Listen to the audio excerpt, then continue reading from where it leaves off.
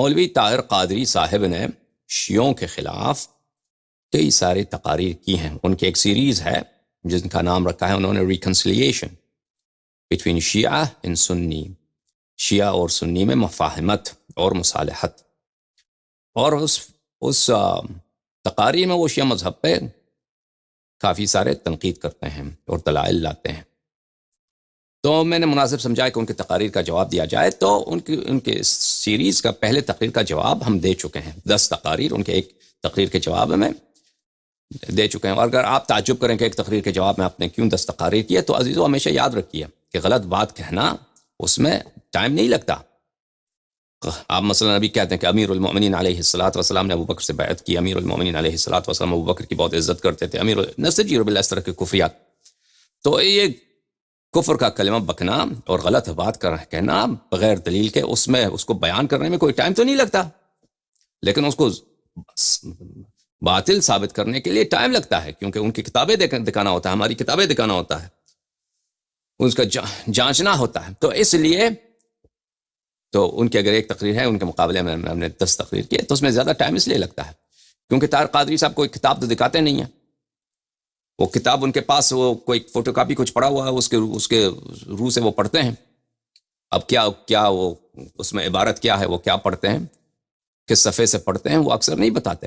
لیکن ہم تو کتاب آپ کو دکھاتے ہیں، سطر دکھاتے ہیں اور اس کی اچھی طرح ترجمہ کرتے ہیں. تو اس لیے اس میں ٹائم لگتا ہے میرے عزیزوں.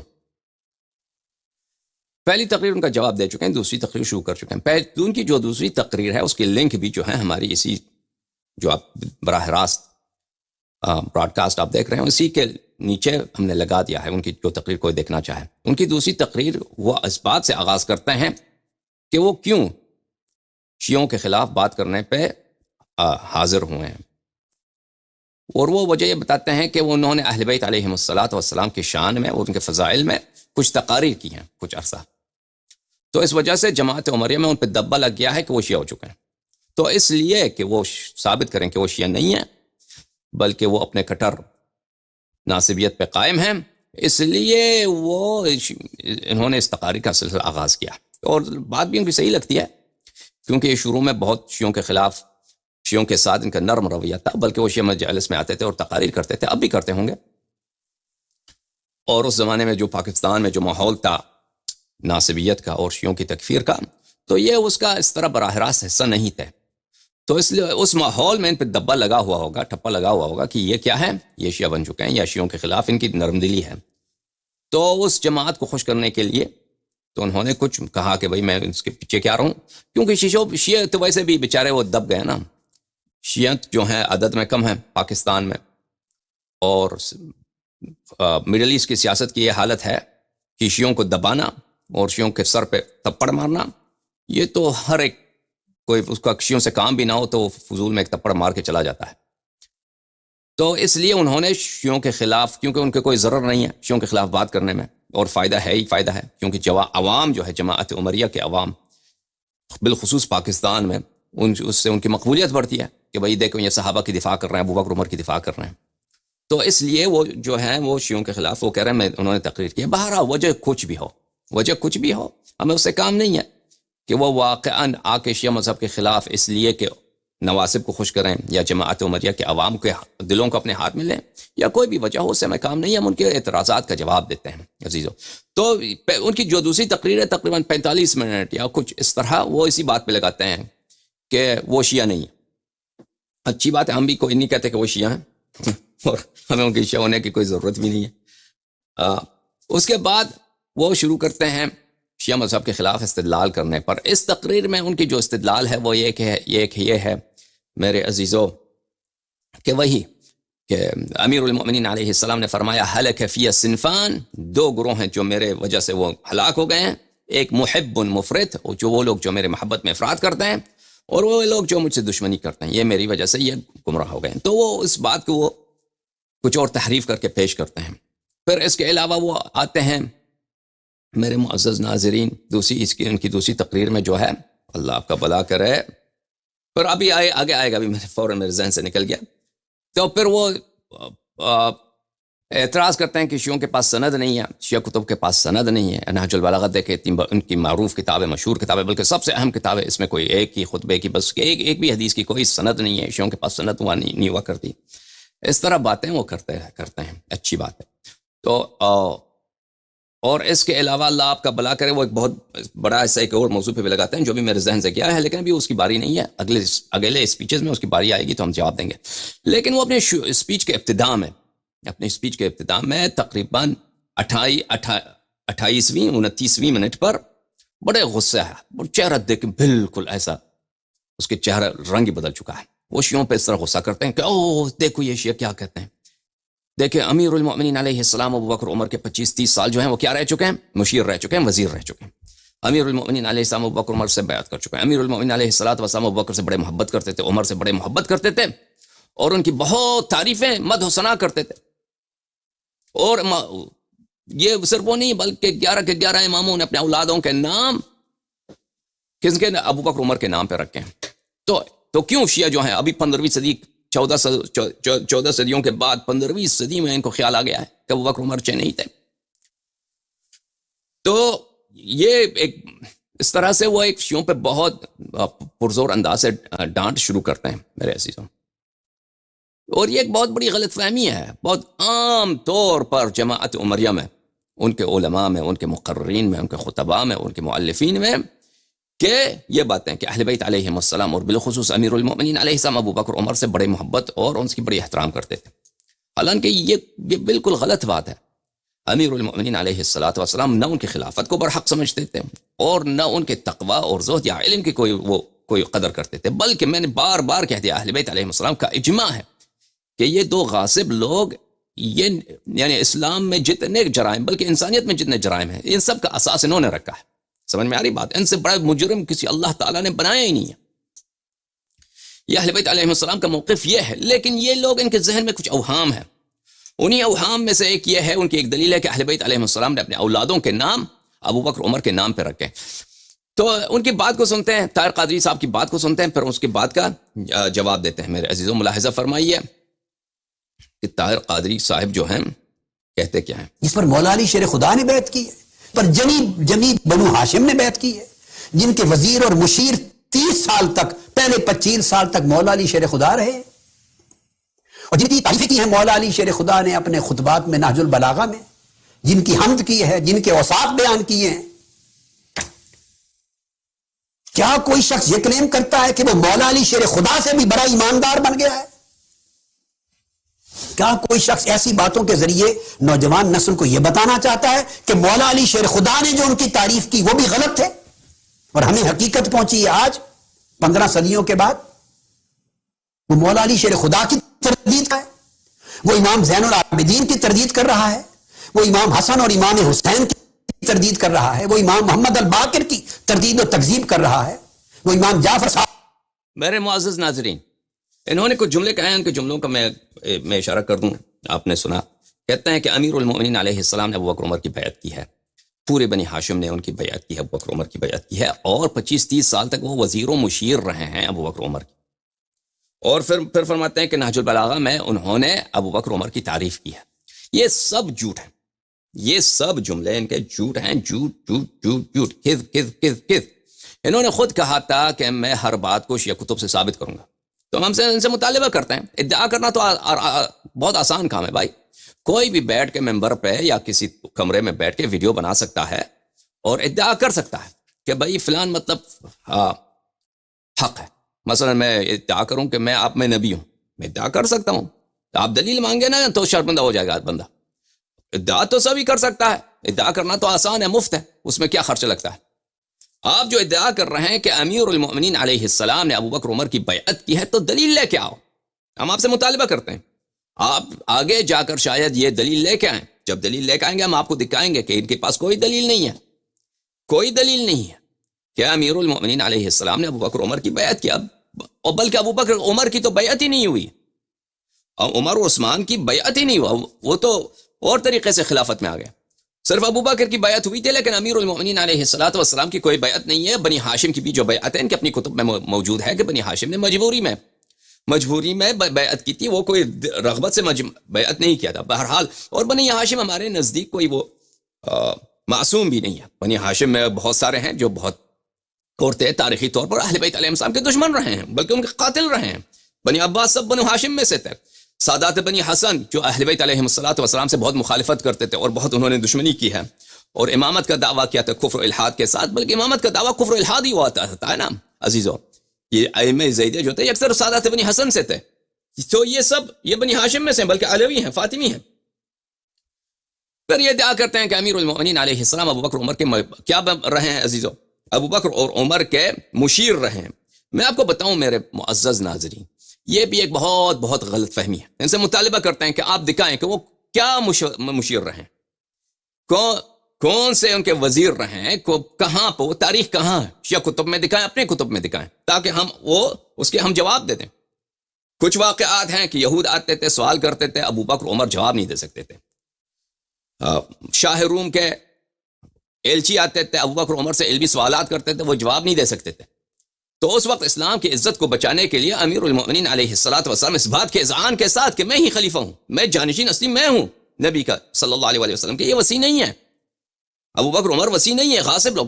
تو اس وقت جواب دیتے تھے. تو اس میں یہ ایک جاہل کو، ایک شخص جو اسلام سے سوال کرنے کے لیے آیا ہے بہت دور راستے سے، کوئی یہودی عالم ہے یا کوئی قیصر روم کا نمائندہ ہے، اس کو ارشاد کرنا یہ ابو بکر عمر کو مشورہ دینے کے نہیں ہے کی بات نہیں ہے.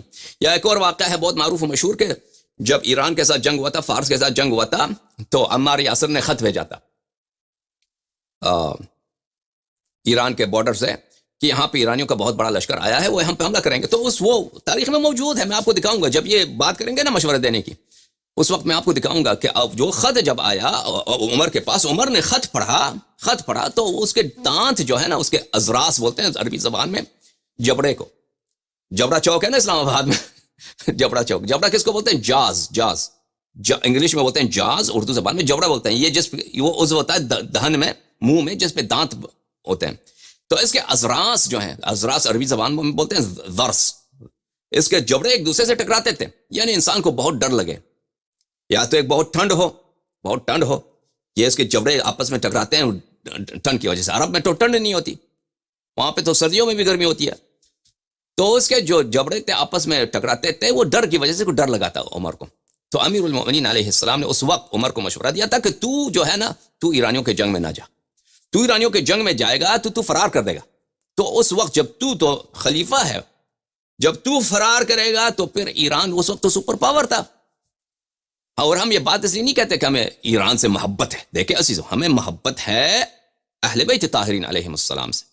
ہم اگر موجودہ دور کی ایرانیوں کو اچھا سمجھتے ہیں، اپنے بھائی سمجھتے ہیں، اس لیے کہ وہاں پہ شیعہ رہتے ہیں، ہمارے بھائی رہتے ہیں، اور بہت سارے ایرانی جو بے دین بھی ہیں نا، بے دین بھی ہیں. ہمیں نہ یہ قومیت سے کام ہے، نہ ہمیں ایران سے محبت ہے، نہ ایران سے دشمنی ہے، اور نہ ہی ہم اپنے ملک سے اتنی بڑی وفاداری ہے. ہماری ساری وفاداری ہے کس سے؟ ساری وفاداری ہے دین خدا سے. ہم اہل بیت علیہ السلام سے جو ہم نے وفاداری کا اعلان کیا ہے، ہم پہلے غلام ہیں اہل بیت علیہ السلام میں، اور آخر بھی غلام ہیں اہل بیت علیہ السلام کے. ہم اس یہ جملے کیوں کہتے ہیں یہ جملے؟ کیونکہ اس عرب زبان میں جو وہابیت کے، جماعت عمریہ کے جو مبلغین ہیں، وہ کہتے ہیں کہ تم عمر سے اس لیے دشمنی کرتے ہو کہ عمر نے ایران کو فتح کیا. پہلی بات ہے کہ عمر نے ایران فتح نہیں کیا ہے. دوسری بات یہ ہے کہ بہت سارے لوگوں نے ایران کو فتح کیا ہے. وہ ہم ان سے کیا دشمنی کرتے ہیں؟ ہمیں ایران سے کام ہی نہیں ہے. ہم نے ایرانی ہے، اور نہ اس لیے کہ کسی شخص نے ایران پہ حملہ کیا ہے یا ایران کو، بہت سارے لوگوں نے ایران کو فتح کیا ہے. بلکہ امریکہ جس ملک میں رہتا ہوں، اس نے ایران کو فتح کیا تھا سن 1940 میں. سن 1940 عالمی جنگ کی ابتدا میں امریکہ، روس، برطانیہ نے ایران پہ حملہ کیا تھا، ایران کو فتح کیا تھا، پوری ایران پہ قبضہ کیا تھا. ہمیں اس سے کام نہیں ہے کہ بھائی ہم، اور کبھی یہ شیعہ کتب میں آپ کو یہ نہیں ملے گا کہ ہم جماعت عمریہ سے اس لیے دشمنی کرتے ہیں یا ابو بکر عمر کے اس لیے مخالف ہیں کہ انہوں نے ایران پہ حملہ کیا تھا. نہ ایران پہ ان کے حملے کو مانتے ہیں، اور نہ ہی اگر وہ حملہ بھی کیا ہو، نہ یہ کوئی وجہ ہے ہمارے لیے، کوئی تان ہے. ہم جو کہتے ہیں کہ دیکھو عزیزو، کہتے ہیں کہ حقیقت میں جو ہو رہا ہے وہ آپ کو بتا رہے ہیں. ہم جو شرعی تان ہے، قرآن میں تان ہے، عیب ہے، سنت میں عیب ہے، وہ آپ کو بتائیں گے. اچھی بات ہے. تو ایران سے جو لیٹر آیا ابو بکر عمر اس کو پڑھ رہا تھا، تو اس کے ہم دکھائیں گے آپ کو تاریخ سے، اس کے جبڑے جو ہے نا آپس میں ٹکرانے لگے، ڈک ڈک ڈک ڈک ڈک، اب کانپ رہا ہے ڈر کی وجہ سے، ڈر کی وجہ سے خلیفہ جو ہے کہ ڈر اتنا ڈرا ہوا ہے، سب لوگ سن رہے ہیں، اور یہ نص کلمات ہے تاریخ کے، اس کے جبڑے اتنے خوف سے آپس میں ٹکرا رہے تھے کہ اس کی آواز آ رہی تھی، یعنی اتنا یہ خوف زدہ ہو گیا تھا۔ اب ایران کا بارڈر کہاں ہے بھائی؟ ایران کا بارڈر کہاں ہے؟ مثلا کوفہ اس زمانے میں ایران کے ہاتھ میں ہوتا تھا، یا اس سے آگے مثلا وہاں پہ مسلمین کا فوج ہے اور ایران کا فوج ہے، ایران کا فوج بڑا زیادہ، مسلمین کا فوج چھوٹا، اور یہ مدینے میں 2000 مائل کے فاصلے پہ بیٹھا ہے، اس کے باوجود ڈرا ہوا خوف۔ تو امیر المؤمنین علیہ السلام نے فرمایا اس کو کہ تو نہ جا بھائی، تو نہیں کہا اس کو تو نہ جا ادھر، کیونکہ تو جب بھاگ جائے گا تو پورا، جب خلیفہ بھاگتا ہے نا، یہ تاریخ میں ہمیشہ ہے، لشکر کا سربراہ اگر ایک نالائق شخص ہو، یہ ہمیشہ تاریخ میں ہوا کرتا ہے کہ ایک فوج بہت اچھا فوج ہے، بہت ہی جنگجو فوج ہے، اس کے جیتنے کی بہت چانسز ہیں، لیکن اگر رہبر رہنما اس کا کمزور ہے یا بزدل ہے، جنگ دیکھ ہی بھاگ گیا بھائی قتل نہ ہو جاؤں، وہ صلاحیت نہیں ہے، اس میں جنگی تجربہ نہیں ہے، جنگ ایک فن ہے، اس میں شجاعت نہیں ہے، تو وہ لشکر جو ہے وہ لشکر چاہے وہ کتنا ہی جرار ہو، اس میں سپاہی کا دل جو ہے ٹوٹ جاتا ہے، اور وہ ان کا مورال نیچے آ جاتا ہے، اور وہ نکل جائیں گے، وہ بھاگ جائیں گے۔ اور امیر المومنین علیہ السلام نے فرمایا کہ اگر مسلمانوں کا لشکر وہاں پہ ٹوٹ گیا تو وہ ایران والے جو ہیں وہ آ جائیں گے، پھر ان کو روکنے والا کوئی نہیں ہے، پھر وہ جو ہے مسلمین کو پورا اسلام کو تباہ کر لیں گے۔ ایران اس زمانے میں مشرق قوم تھا۔ یہ مشورہ دینا عزیزوں، مشورے ان کے پاس یہی نمونے ہیں، ان کے پاس کوئی اور نمونہ نہیں ہے، تو آپ کو پتا ہے کس طرح کا مشورہ دینا ہے۔ اس سے امیر المؤمنین علیہ السلام ابو بکر اور عمر کے خیر خواہ نہیں ہیں، ابو بکر اور عمر کے اس میں وفاداری نہیں ہے، اس میں اسلام کو بچانے کی بات ہے کہ ایک نالائق شخص خلیفہ بن چکا ہے، ایک بزدل شخص خلیفہ بن چکا ہے، اور اب جو ہے وہ ایک سپر بابا ورس کے سامنے جب ہو چکا ہے تو یہ جو ہے یہ پورا اسلام کو تباہ کر دے گا۔ تو اسلام کو بچانے کے لیے انہوں نے، اور اسلام کی خیر خواہی کے لیے، اور مسلمین کے عزت اور مسلمین کے جان و مال کو بچانے کے لیے انہوں نے مشورہ دیا۔ اس میں ابو بکر عمر کی مشورہ نہ وزارت ہے اور نہ ان کے مشیر بننے کی کوئی بات ہے، سمجھ میں آ رہی نا۔ اور پھر مولوی طاہر قادری کہتے ہیں کہ امیر المؤمنین علیہ السلام نے جا نہج البلاغہ میں ابو بکر عمر کی تعریف کی، ہر جگہ انہوں نے ابو بکر عمر کی مدح و ثنا کی۔ یہ بھی ایک جھوٹ ہے میرے عزیزوں۔ میں آپ کو ایک سنہری، آپ کو ایک قاعدہ بتاؤں، یہ قاعدہ آپ کو ہر جگہ کام آ جائے گا۔ دیکھو عزیزوں کہ یہ جو مخالفین کا مذہب ہے یہ ہر لحاظ سے باطل ہے، یعنی جس بھی مسئلے پر یہ مذہب حقہ کے خلاف ان کا کوئی عقیدہ ہے، کوئی رائے ہے، کوئی عمل ہے، یعنی اگر مذہب حقہ کے یہ موافق ہیں تو وہ بات صحیح ہے، کوئی بھی مسئلے پہ ہمارے ساتھ ہیں، ہم فکر ہیں، مثلا قرآن اللہ کا کلام ہے، یہ مسئلہ صحیح ہے، کعبہ جو ہے قبلہ ہے، رسول اللہ صلی اللہ علیہ وآلہ وسلم اللہ کی جانب سے رسول ہے، ان مسائل پہ یہ حق ہے۔ لیکن جو بھی اختلافی مسئلہ ہے ہمارے ساتھ، اور یہ ہمارے مذہب کے متبادل کوئی رائے رکھتے ہیں، تو عزیزو یاد رکھو کہ یہ ان کا مذہب جو ہے اس کا اساس جھوٹ پر ہے، اور جھوٹ بھی ایسے جھوٹ کہ وہ اس کو کھول دیں تو اس کو کچھ کنگال دیں تو اس میں کفر ہی نظر آتا ہے۔ اور یہ میں بات یہ نہیں کہہ رہا کہ میں بغیر تحقیق میرا تو کام یہی ہے کہ ان مسائل پہ تحقیق کرتے ہوئے، اور ان کے آپ کو پتہ ہے کہ پورے عالم اسلام میں، پوری ورلڈ میں، English speaking, Arabic speaking, Persian speaking, Urdu speaking میں نے ان کا بزرگوں کو بار بار دعوت کی کہ وہ محاورہ کرتے ہیں، مکالمہ کرتے ہیں، مناظرہ کرتے ہیں، شرائط رکھو، ہم بات کرتے ہیں خلافی باتوں پر، تو ان میں جرأت نہیں ہے، کیونکہ وہ ہمارے تقریرات کو دیکھتے ہیں، کیونکہ وہ ہمارے تحقیقات کو دیکھتے ہیں، تو پر ان کو جرأت نہیں ہوتی کہ وہ ہم سے آ کے گفتگو کر لیں۔ تو عزیزو ان کے مذہب کا جو اساس ہے غصب حق امیر المؤمنین علیہ السلام، وہ مسند جس پہ اللہ نے امیر المؤمنین علیہ السلام کو نصب کیا ہے، جس پہ رسول اللہ صلی اللہ علیہ وآلہ وسلم نے جبرائیل کے واسطے جو پیغام آیا ہے اللہ کی جانب سے، اس کے بدولت ان کو امیر اور ان کو رئیس اور ان کو امام اور ان کو قائد اور ان کو پیشوا تعین فرمایا ہے، اس کو ایک نالائق جو دعانے کا، اب میں کیا کہوں، اس کو دیا ہے، تو یہ در اساس یہ کفر ہے، ان کے مذہب کا اساس جھوٹ اور کفر اور تکفیر باللہ اور تکفیر بالرسول صلی اللہ علیہ وسلم پر ہے، ان کا جو مذہب کا اساس ہے۔ اس لیے ان کے جہاں بھی ہم سے مخالفت کرتے ہیں ان کے پاس کوئی دلیل نہیں ہوتی، جھوٹ کے علاوہ اور کذب کے علاوہ اور عزیزو کفریات کے علاوہ ان کے پاس کوئی نہیں۔ اب دیکھیں یہ مولوی ہے طاہر قادری، اس کا چہرہ دیکھیں، داڑھی دیکھیں، ٹوپی دیکھیں، یہ اپنے آپ کو کیا کہتا ہے؟ شیخ الاسلام، ٹھیک ہے نا، کہتا ہے میں شیخ الاسلام ہوں، شیخ الاسلام پروفیسر ڈاکٹر طاہر قادری۔ اب یہ جب بھی یہ میں اب اس نے بہت تحقیقی تقاریر کی ہیں، اس کے تقاریر جو ہیں جماعت عمریہ میں شیعوں کے مذہب کے خلاف تقاریر تو بہت ہیں، سپاہ صحابہ کا جب سے شروع ہوا تھا اس سے پہلے احسان الہی ظہیر کے زمانے سے لے کر آج تک تقریریں تو بہت ہوتی ہیں. شاید سب سے زیادہ جو تحقیقی تقریر کی ہو، مجھے تو سب کا تو نہیں معلوم، مجھے دور سے یہی لگتا ہے کہ شاید طاہر قادری نے سب سے تحقیق، لیکن اس کے پاس ایک بھی دلیل نہیں ہے مذہب شیعہ کے خلاف.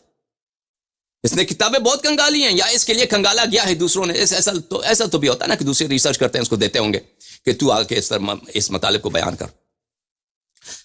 تحقیق اس کا اپنا ہو، کسی کا بھی ہو، اس کے پاس دلیل ایک بھی نہیں. اب دیکھیں ٹوپی اس کے پاس ہے، ٹوپی لگا کر اور داڑھی اس کی سفید، کہتا ہے کہ میں نے اتنی کتابیں لکھی ہیں، یہ کیا ہے وہ کیا ہے، تقاریر کی وغیرہ وغیرہ وغیرہ. ادعا کیا ہے اس کا کہ امیر المؤمنین علیہ السلام نے ہر جگہ نہج البلاغہ میں یا بار بار نہج البلاغہ میں ابو بکر عمر کی تعریف کیا. اس کے پاس ایک فقرہ بھی نہیں ہے نہج البلاغہ میں کہ سید المسلمین امیر المؤمنین علیہ السلام نے ابو بکر اور عمر کی تعریف کی یا مجد و ثنا کی. یہ سب جھوٹی باتیں ہیں میرے عزیزو. یہ شخص یا جہالت کے بنا پر، اور اغلب مجھے یہی لگتا ہے کہ جہالت کے بنا پر، کیونکہ اس کو نہیں معلوم. یہ اسی تقریر کے ابتداء میں طاہر قادری صاحب تقریر کے ابتداء میں وہ علماء کو ڈانٹتے ہیں، شیعہ علماء اور مخالفین کے علماء کو ڈانٹتے ہیں کہ آپ لوگوں کو ایک دوسرے مذاہب کا علم نہیں ہے، جیسے ان کو علم ہے، جیسے ایسا لگتا ہے کہ وہ خود یہ زعم رکھتے ہیں، یہ گمان رکھتے ہیں، یہ ادعا ہے ان کا کہ ان کو خود عمری مذہب کا بھی علم ہے اور جماعت مخالفین کے مذہب کا بھی علم. اور دوسروں کو ڈانٹتے ہیں کہ تم نے جو ہے دوسری مذاہب کے کتب کو نہیں پڑھا ہے. میرے عزیزو، یہ خود نہایت جاہل شخص ہے مذہب شیعہ کے متعلق اور شیعہ مذہب کے استدلالات کے متعلق. اسی لیے تو وہ کہتا ہے کہ امیر المؤمنین علیہ السلام ہر جگہ جا بجا انہوں نے ابو بکر اور عمر کی نہج البلاغہ میں تعریف کیا. ابھی جو ہے اس تقاریر، کیونکہ اس کی لمبی ہیں، 20 کے قریب تقریر ہیں، 20-22 تقاریر ہیں ان کے، تو اس کے اسنا میں اس کے دوران آئے گا، ان تقاریر کے دوران، کہ یہ شخص مختلف فقرات لے کے آئے گا نہج البلاغہ سے کہ اس میں امیر المؤمنین علیہ السلام نے ابو بکر عمر کی تعریف کی. پھر ہم اس کے متعلق بات کریں گے، جواب دیں گے ان کی باتوں کا. سمجھ میں آ رہی بات آپ کو؟